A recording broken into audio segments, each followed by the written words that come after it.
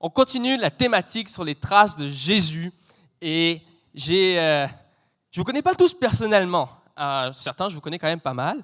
Et ce passage-là qu'on va regarder ce matin, ça parle de mariage. Et qui à main levée va à un mariage cet été? OK, quand même quelques-uns. Nona, comme je ne vous connais pas tous, peut-être ça va être votre premier mariage que vous allez. Et je me suis dit, bon, dans ce cas-là, j'ai fait des recherches pour vous aider. Je me suis dit, on va regarder ensemble, on va regarder les études scientifiques. Moi j'aime ça, l'intellectuel, c'est creuser. Donc, j'ai écrit à ChatGPT. Et voici ce que je lui ai écrit. J'ai même la slide pour vous prouver que j'ai vraiment écrit à l'intelligence artificielle. Je lui ai dit, j'ai été invité à un mariage en juin. C'est ma première fois à un mariage. Donc, c'est pour toi, là, si tu n'es jamais allé. Écoute bien. Donne-moi 10 conseils pour être un bon invité. C'est important d'être un bon invité. Je veux bien paraître. On veut tout le temps bien paraître à un mariage. Être distingué mais relax. C'est vrai, tu ne veux pas montrer que c'est la première fois vraiment que tu y vas. Tu ne veux pas être trop bien habillé ou pas assez habillé. Il y a comme un entre-deux. Il faut que tu sois un peu relax mais quand même sérieux. Je veux faire des nouvelles rencontres. Tu veux rencontrer si tu es célibataire, puis tu es chrétien, c'est souvent là qu'il y a des rencontres intéressantes, qui sait. Je veux faire de nouvelles rencontres. Je veux m'amuser sur le dance floor. Qui ici aime danser à un mariage? Okay. Qui sait qu'il aime danser, mais les gens lui montrent à chaque fois comment danser? Yes, merci à ceux qui sont solidaires avec moi. Et je vais avoir une belle photo de moi pour les mettre sur les réseaux sociaux. Moi, je tiens à vous dire, c'était mon truc avant d'être marié. Je pense à chaque année de mariage où je suis allé, j'avais une belle photo de moi, puis je la mettais sur mon Facebook, sur mon Instagram. Ça marche, hein, moi, je tiens à vous dire. Donc,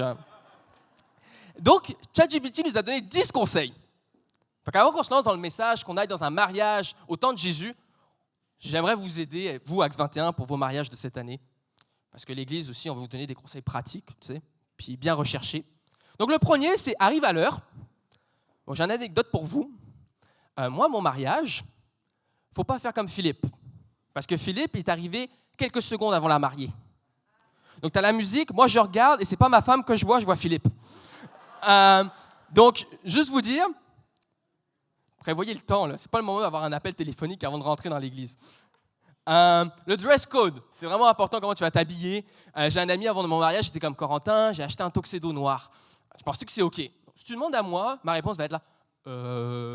Mais si tu demandes à ma grand-mère, par contre, tu vas retourner ton tuxedo à l'habilleur tout de suite. Donc, tu vois, la différence un peu, je ne sais pas pour vous, mais en tout cas, dans le contexte de ma grand-mère qui vient de France, tu ne t'habilles pas en noir à un mariage. Mais au Québec, honnêtement, tu peux. Selon moi. Mais sur mes photos de mariage, il y a des gens avec un tuxedo en noir, puis moi, j'étais correct avec ça. Mais maintenant, tu le sais. Le 3, c'est sois attentif pendant la cérémonie. Ouais, ça, on le comprend. Après, c'est salut les mariés. Le nombre de mains que les mariés vont serrer, vous imaginez?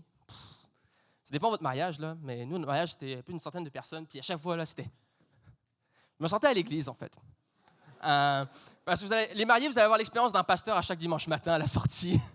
Vous allez voir, il va y avoir des mains secs, des mains moites, puis c'est correct. Ça fait partie de l'expérience humaine. Moi, j'ai souvent les mains moites, donc je comprends. Après, être social. Bon, par contre, si tu as été mis à la table des enfants, je ne sais pas quoi te dire. Honnêtement, les conversations ne seront peut-être pas comme tu voulais, les nouvelles rencontres seront un peu différentes. Mais, qui sait, ça peut être le fun quand même. 6, participe à la danse. Tellement important, c'est tellement un moment de joie. Mais si tu es comme moi et tu n'es pas bon pour faire la danse en ligne, à chaque fois j'essaie, et à chaque fois je suis genre le raté en arrière, là, qui suit rien. Toujours... Donc j'ai choisi maintenant, à partir de maintenant, je m'assois dans un coin, c'est le moment où je vais prendre un drink, puis je reviens après quand c'est freestyle. Tu sais, c'est des trucs à savoir quand même. Savoure le repas. Si tu vas à un mariage qui n'est pas québécois, okay? Parce que, vous allez comprendre, si tu vas à un mariage d'origine italienne, comme ma famille, OK, yeah. Bon, la bouffe, c'est vraiment important. Fait que toi, si tu as très faim, tu as déjà mangé ton poulet, puis tu vas te resservir. Mauvaise idée. Là, le fromage après, là, le dessert après, et après, la dance floor. Tu ne vas pas être capable de danser, mon ami. Okay? Donc, vous voyez, là, des conseils que ChatGPT, il n'est quand même pas mauvais. Là. Il y avait juste besoin d'un peu plus de rajout de ma part. Là aussi, respecte le photographe. N'oublie pas, hein, l'objectif de ma question, c'est d'avoir une belle photo. Parce qu'on est là pour les mariés, mais on est aussi là quand même parce que, voilà quoi. Hein?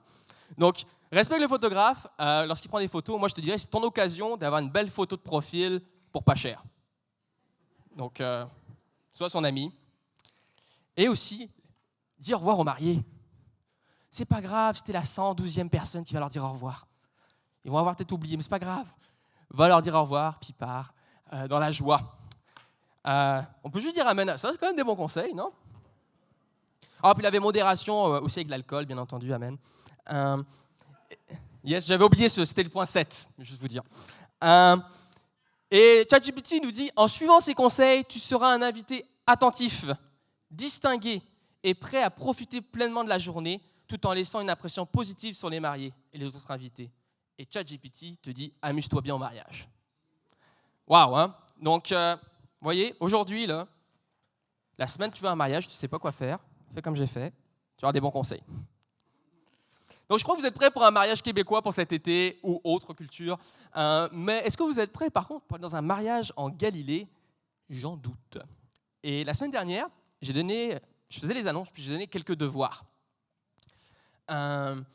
J'ai lancé l'invitation aux gens de Sherbrooke qu'on irait à un mariage en Galilée. Puis c'est important pour aller à un mariage de se préparer au mariage. Et je vous ai demandé si vous étiez capable de faire un devoir qui était de lire Jean 1 et le chapitre 2 aussi du verset 1 à 12. Un main levée, qui est le courageux qui a osé faire? OK. Qui a regardé Chosen l'épisode 5? OK, nice quand même. Donc, vous commencez déjà à une étape de plus. Les autres, vous inquiétez pas, c'est pour ça que je suis là. J'ai prévu le coup. Et on va regarder ensemble un peu un contexte juste avant pour vous introduire à c'est quoi un mariage en Galilée au 1er siècle. Parce que c'est quand même important de savoir dans quoi on s'embarque pour bien comprendre le passage et le miracle que Jésus va faire. Mais avant, j'aimerais prier. Ah non, laissez-moi faire, j'ai déjà prié. Qu'est-ce que je dis? Vous voyez, j'ai regardé mes notes trop rapidement. Donc, pour ceux qui ne sont pas préparés, on a prévu le coup, puis voici ce qui se passe. Ça se passe dans l'évangile de Jean. Okay, je ne sais pas si vous avez déjà lu l'évangile de Jean, mais l'évangile de Jean, c'est la bonne nouvelle, expliquée sous le point de vue de Jean, inspiré par le Saint-Esprit. Quelque chose d'intéressant que je trouve, c'est que Jean, c'est le disciple qui il est très confiant en lui-même, parce que tu vois, dans sa lettre, il dit souvent qu'il est le disciple que Jésus aime. Donc, il est très proche de Jésus, mais je pense que c'est vrai aussi car Jésus, à la croix, va lui confier sa mère Marie. Donc, c'est quand même intéressant que dans les évangiles, le seul endroit où ça se retrouve, c'est dans l'évangile de Jean, ce miracle-là. Et je pense que c'est aussi parce qu'il a pris soin de Marie, et Marie a dû lui raconter plusieurs choses que peut-être Jean aurait mis de côté. Et ça, c'est mon opinion à moi, là. C'est aussi simple que ça. Mais l'évangile, le but, c'est de partager la bonne nouvelle que Jésus a fait. C'est d'expliquer son ministère, d'expliquer son parcours. Et à travers ça, le but, en fait, c'est de te montrer que Jésus, c'est la réponse. Quand tu lis le chapitre 1, qu'est-ce qui ressort du texte? Rapidement, ceux qui ont lu le chapitre 1, c'est quoi qui vous a marqué, en quelques mots? Yes, Odi. Non? Mais merci, tu as été la courageuse, tu as levé la main. OK, moi, je vais vous le dire. Chapitre 1, vas-y. Yes, la divinité. En fait, au chapitre 1 qu'on voit dans Jean, c'est une bonne partie du chapitre, c'est une déclaration de la divinité de Jésus. Que la parole était déjà là avant la création, que la parole a été faite chair, que la parole est venue parmi nous, que les hommes l'ont rejetée, mais que cette parole avait la vie et était la lumière. C'est ça dans le chapitre 1. Donc tu as Jean qui met déjà, check, moi je crois en ça. Puis qu'est-ce qu'il dit après en plus? Il raconte comment Jésus rencontre les premiers disciples. Ça, c'est le contexte du chapitre 1. Donc on penserait après voir Jésus passer à l'action. Tu te dis, il a réuni sa troupe de disciples, puis en passant, si tu as vu l'épisode de Chosen, il le montre très bien. Il est réuni avec ses disciples, puis là, il marche avec ses disciples jusqu'au mariage, où il est invité. Et Jésus est invité à un mariage, et ceux qui font un mariage, qui vont avoir des plus one, prenez garde, si vous invitez Jésus, il ne vient pas juste avec un plus one, mais il vient avec toute sa gang. Fait que Jésus est invité avec ses disciples. Puis moi, d'un point de vue humain, je me dis, Jésus commence son ministère, et la première chose qu'il fait, c'est qu'il s'arrête à un mariage.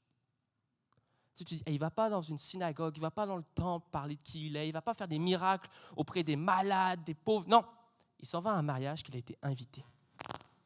Et moi, je vois un peu ça comme un... En fait, pour moi, Jean, ce n'est pas comme un film américain, c'est comme un film français. C'est-à-dire que c'est un peu long, il y a beaucoup de détails, il faut s'accrocher, mais si tu suis la trame, tu vois à quel point c'est beau. Donc, je ne sais pas si vous êtes fan de films français, mais c'est un peu à ça que ça me faisait penser au début.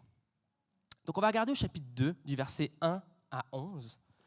Et Jean nous dit dans chapitre 2 d'ailleurs que Marie était invitée aussi au mariage, la mère de Jésus. Tu peux mettre les versets, Gab, s'il te plaît?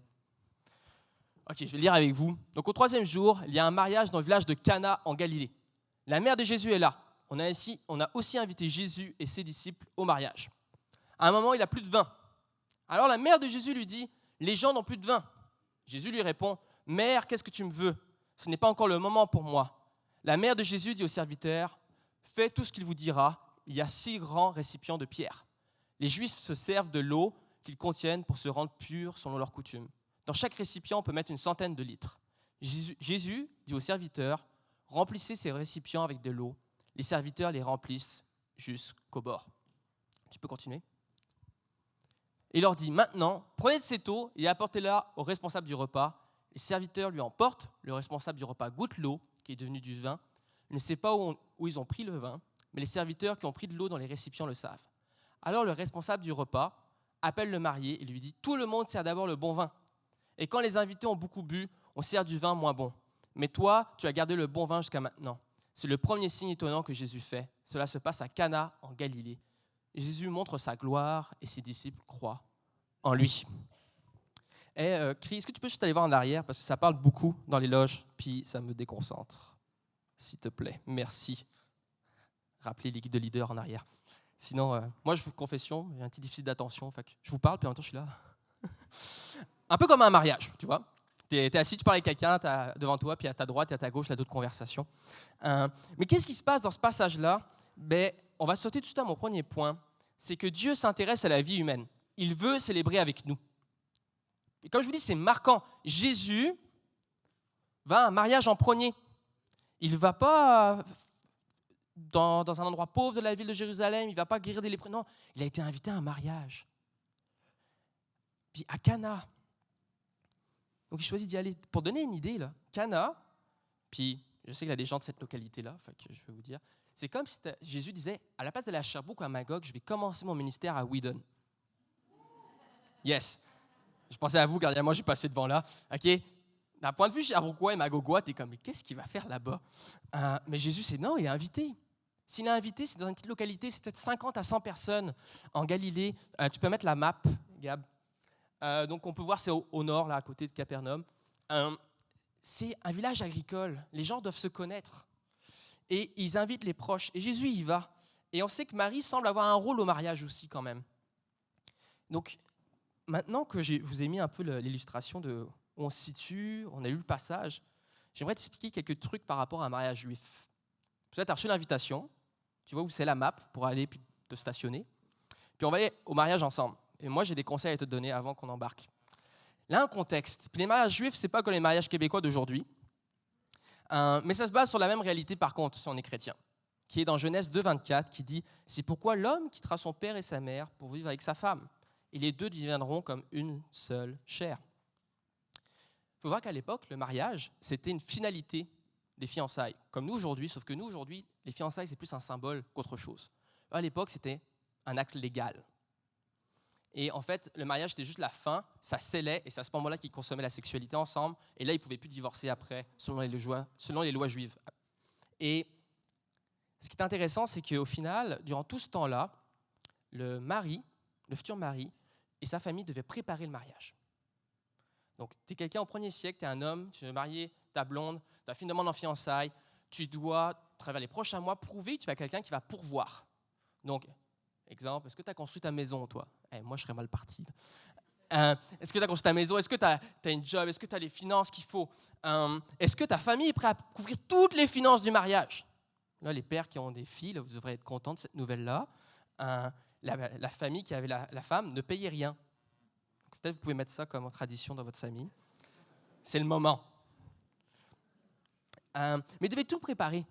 Et les noces, c'était vraiment une grande célébration. Et ce n'était pas comme un mariage québécois où ça commence à 5 heures, les festivités, et ça finit à 11 heures le soir. C'est correct, là. Mais eux, ça durait au moins 7 jours.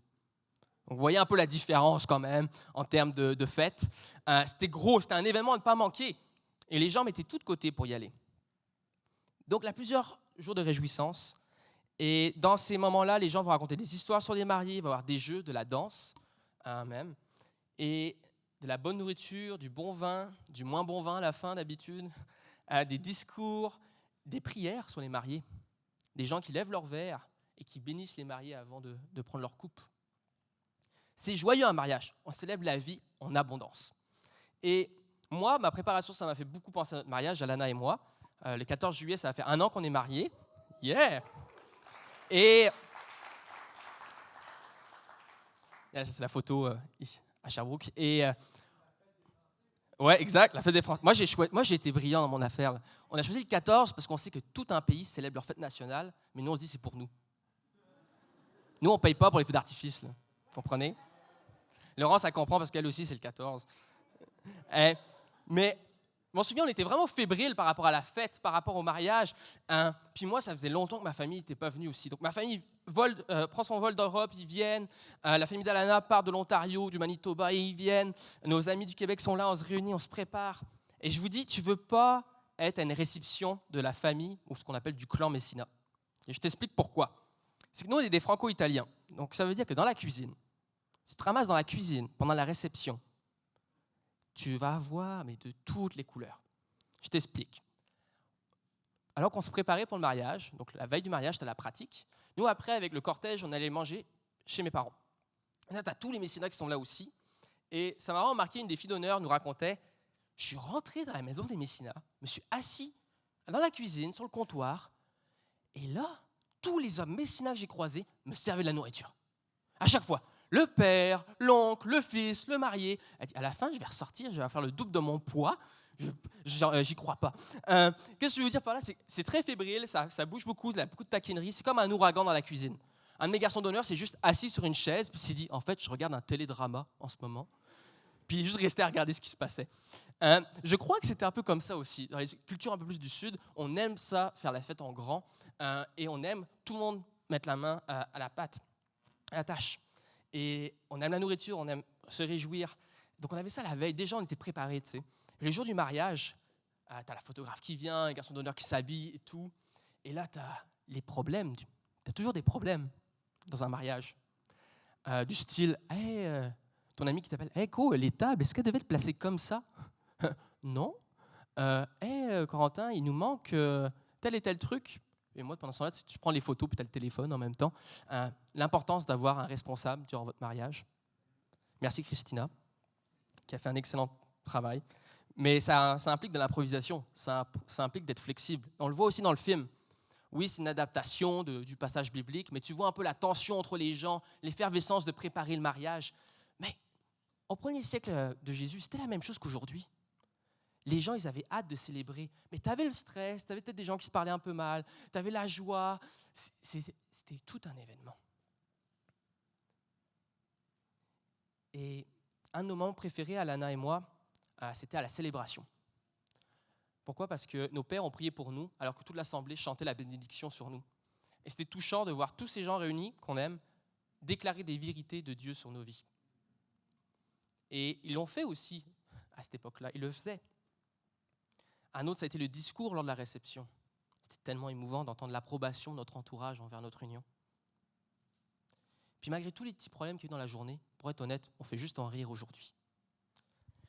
Parce que c'était beau. Puis pourquoi je vous partage tout ça? C'est pas juste pour vous raconter sur notre mariage, car je pourrais en parler pendant des heures. On a invité Dieu dans notre mariage. Que ce soit avec mes garçons d'honneur qu'on prie avant la célébration. Alana, que les filles d'honneur écrivent un petit mot pour elle, pour le lendemain, pour lire du mariage. Et si Dieu s'est arrêté dès le commencement de son ministère sur terre, à un mariage, ça nous témoigne qu'on a quelque chose, nous, à faire en tant que chrétiens. C'est d'inviter Dieu dans nos moments de vie. Que ce soit la venue d'un enfant dans une famille. Est-ce que l'entourage, on peut se réunir et prier pour la mère, le père et pour l'enfant? Déclarer des vérités. L'entrée à la garderie, est-ce qu'on peut célébrer ça en mettant Dieu au centre? Puis, je ne veux pas dire qu'on devienne légaliste, qu'à chaque fois qu'on se voit entre chrétiens, on prie. Mais il y a quelque chose qu'on oublie à cause de la société moderne, qui nous pousse tout le temps à aller vite, efficace et autres, c'est de s'arrêter comme Jésus a fait, célébrer les moments marquants. Et ça à travers la prière, ça à travers peut-être de prendre un temps, notre fils s'en va au cégep, on va prendre un temps, on va regarder dans la parole, quel verset Dieu, le Saint-Esprit nous guide à lui partager. C'est comme on a fait là tantôt avec Val, Pijas et Nora, souligner la prochaine étape de vie vers laquelle ils vont. Même les enterrements de garçons et les enterrements de jeunes filles peuvent avoir un moment avec Dieu. Nous, à Sherbrooke, avec mes amis, on a développé une tradition qu'à un moment donné, dans la soirée, tous les gars, on se réunit et on dit tous, en 5 minutes chacun, pourquoi on est amis avec la personne qui va se marier. Et après, on prie tous pour lui. Souvent, honnêtement, la majorité d'entre nous, c'est notre highlight de notre enterrement de vie de garçon. Pourquoi ? Car oui, tu te réjouis avec des gens, oui, tu fais la fête avec eux, mais qu'est-ce qui reste ? C'est cet esprit-là de fête avec les vérités de Dieu sur ta vie. Il y a plein d'autres exemples. Est-ce que la fameuse crise de la quarantaine pourrait plutôt être la fête de la quarantaine ? Il y a eu quelques approbations, pas trop, mais ok.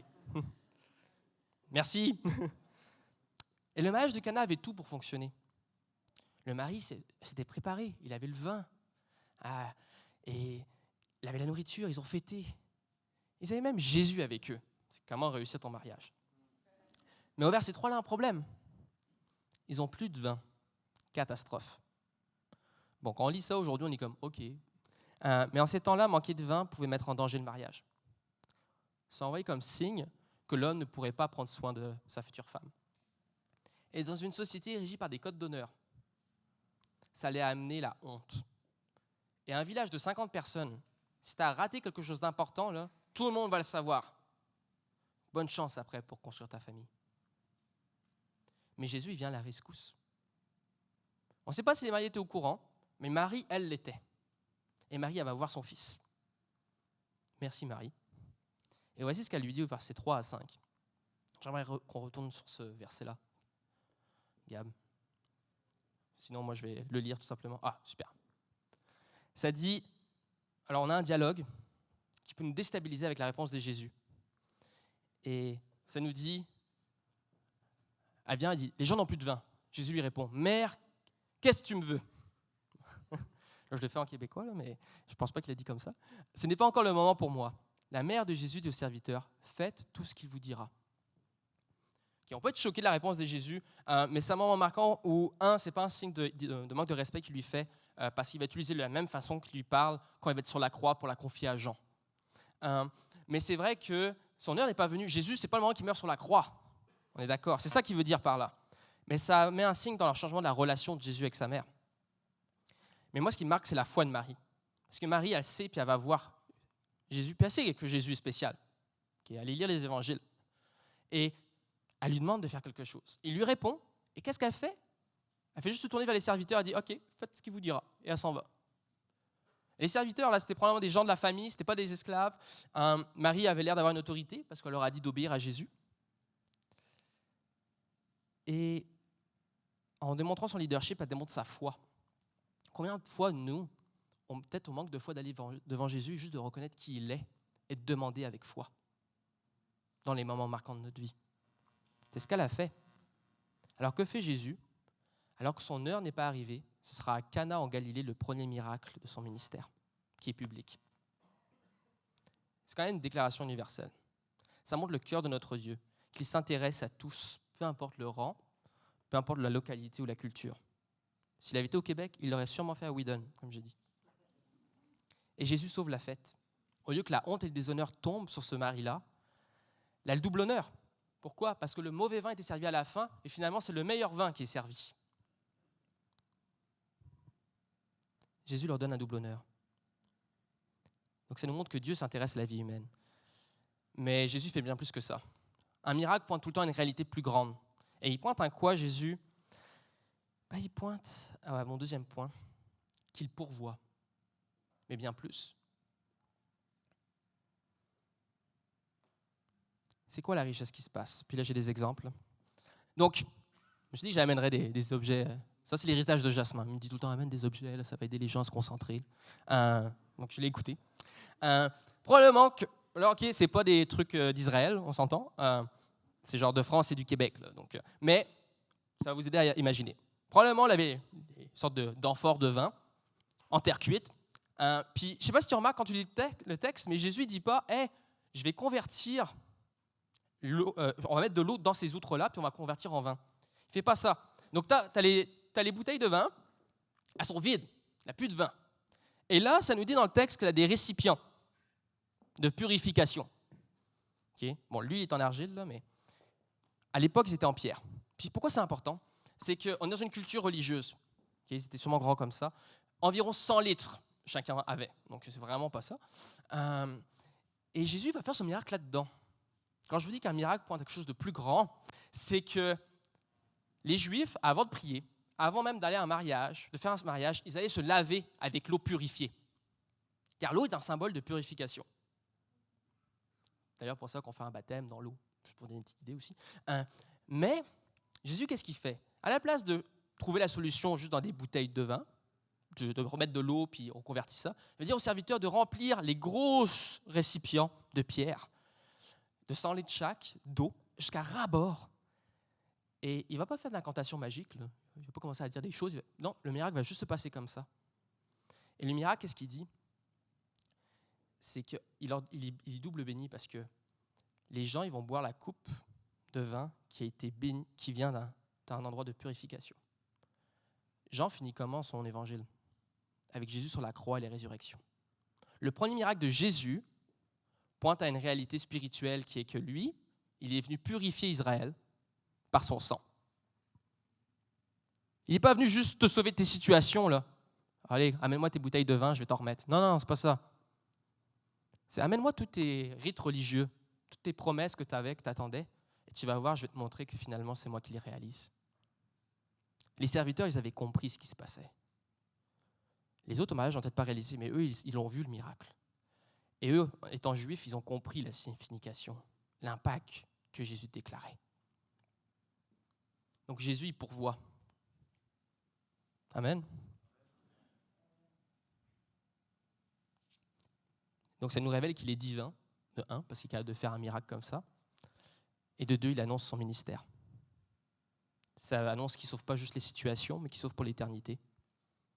Et si tu doutes avec ça, moi je te dis, un endroit dans la Bible que tu peux lire, qui peut beaucoup t'aider, c'est Acte 7. Note-le, je t'encourage à aller le lire. Et ce matin, on va d'ailleurs prendre la communion. Bon, elle ne sera pas dans des récipients en pierre, parce que justement, on n'en a plus besoin pour être purifié. Mais la communion, c'est un symbole de ça, que Christ, on prend le vin en symbole de son sang qui a été versé pour nous. Donc Jésus est celui qui nous purifie. C'est celui aussi qui nous permet d'aller devant Dieu avec foi, comme Marie a fait. Mais il y a quelque chose que j'aimerais attirer notre attention, puis c'est mon troisième point. C'est que Jésus est celui qui nous purifie, qui nous permet de goûter à la bénédiction divine. Mais moi, la question pour toi, c'est as-tu déjà goûté à cette coupe-là qui te purifie? Je ne parle pas de la communion qu'on va prendre tantôt. Je parle de Jésus-Christ, de son message. Boire la coupe, c'est reconnaître que je ne suis pas le sauveur. C'est le troisième point de ce matin. Puis Dieu nous appelle à boire à la coupe du sacrifice de son Fils. Et la première fois que Jésus l'annonce, c'est dans un mariage. Là, pas de hasard avec Jésus. Il y a des subtilités dans le texte qu'on peut manquer parce qu'on n'est pas juif. On n'a pas ce bagage culturel qu'on pourrait peut-être comprendre. Puis c'est pour ça que on invite des gens à faire des études sur des textes puis à venir nous les enseigner. C'est que, oui, il y a un élément tragique qui se passe. Oui, le mariage a failli tomber à l'eau. Mais si on est honnête avec nous-mêmes, on voit ça pour dire comme « Waouh, Jésus a pourvu. Gloire à Dieu. » Mais Jean, lui, veut mettre une emphase de plus. C'est qu'en fait, l'époux a quand même échoué. Si on regarde au passage, l'époux a échoué. C'est Jésus qui est venu sauver. Qu'on soit célibataire ou marié, à combien de fois dans notre vie, on va être comme à l'image de l'époux qui prévoit à tout et qui ne réussit pas, au final.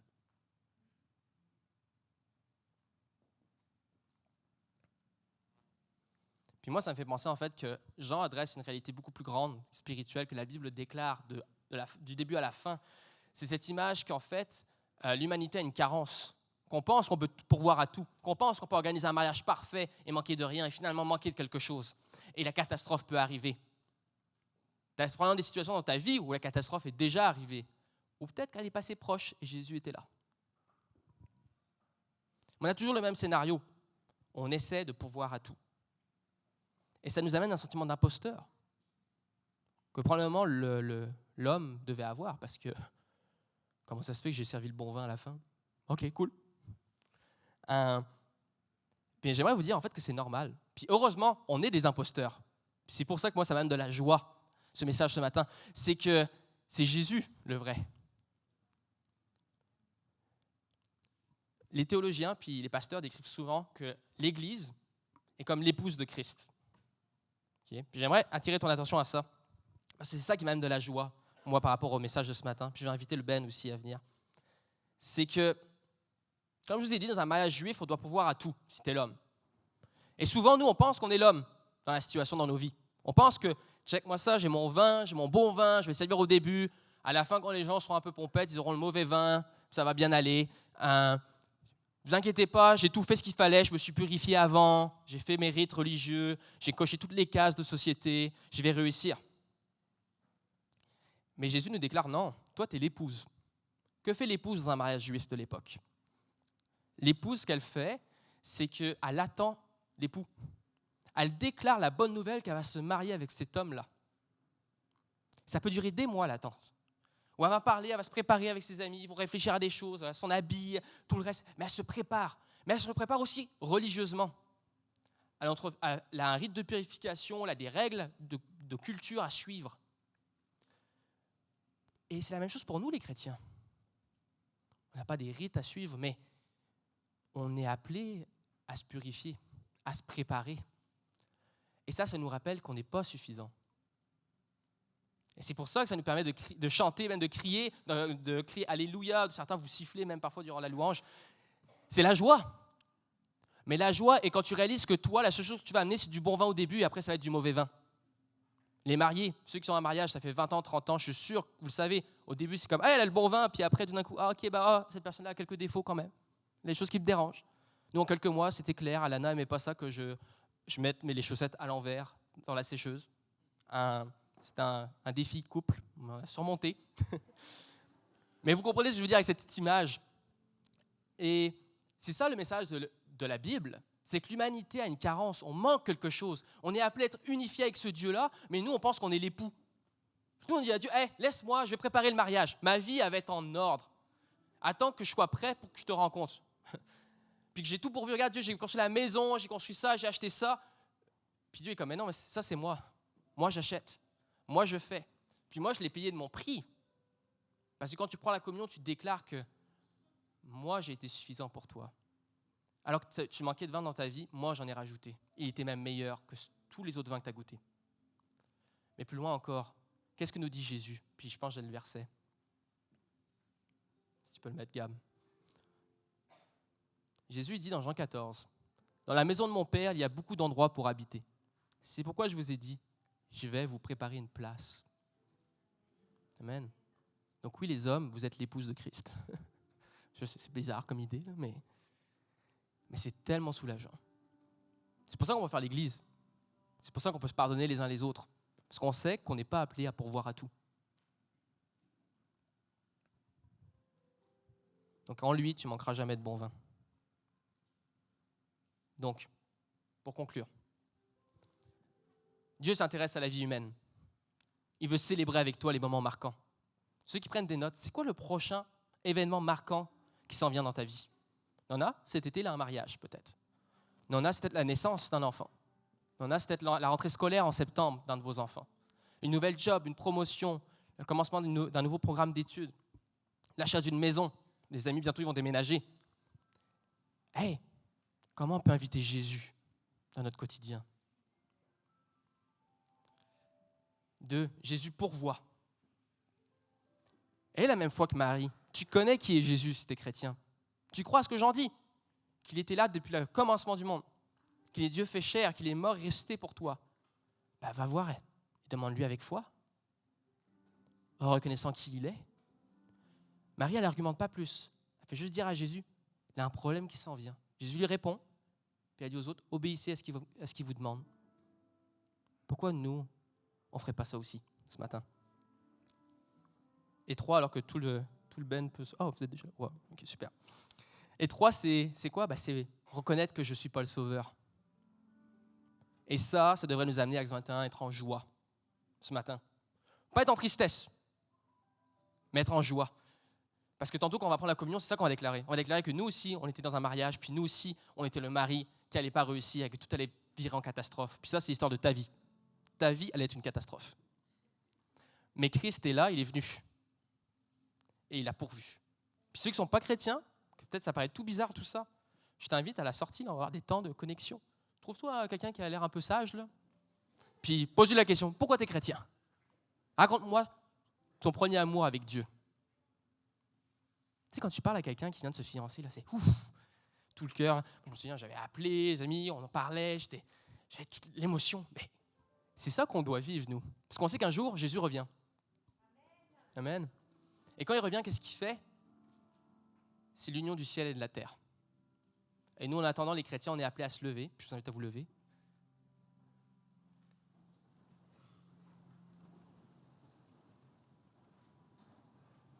Et à déclarer que l'impossible est possible. Que c'est Jésus qui purifie. Amen. Donc on va faire un chant ensemble. Puis après, je vais revenir pour la communion. C'est un temps de joie qu'on va faire ensemble. Laissez-moi prier pour vous. Puis après, je vous reviens avec la communion. Et les gens vont passer la communion pendant le premier chant. Allez, Seigneur, on va venir devant toi, on va te remercier car tu as un message de joie pour nous ce matin. Tu es les dieux qui rend l'impossible possible. Tu es les dieux qui pourvoient quand on manque. Tu es le Dieu qui nous donne le double honneur. Tu es le Dieu qui nous prépare une maison. Tu es le Dieu qui pourvoit et qui nous appelle aussi à nous responsabiliser, à être dans l'attente, à déclarer la bonne nouvelle qu'on a reçue, à se préparer à notre rencontre avec toi, à l'union du ciel et de la terre. Et de dire aux gens qui sont autour de nous, qui voient que ce monde ne fait aucun sens, que ce monde souffre, de dire oui, tu as raison. Mais il y a une solution. Et c'est quand le ciel va s'unir à la terre. Et c'est ce qu'on déclare en tant que chrétien ce matin, c'est ce qu'on veut déclarer à travers les chants ce matin, que tout ce qui se passe dans ma vie qui manque de bon vin, Dieu va l'ajouter. Que toutes les insuffisances, Dieu va pourvoir. Et à celui qui croit qu'il est autosuffisant, eh bien que Dieu lui montre le contraire. Et qu'on puisse, ensemble en Église, se réjouir, car on était des imposteurs qui ont été sauvés par le réel, le vrai, seul, bon berger, qui est Jésus-Christ. Amen.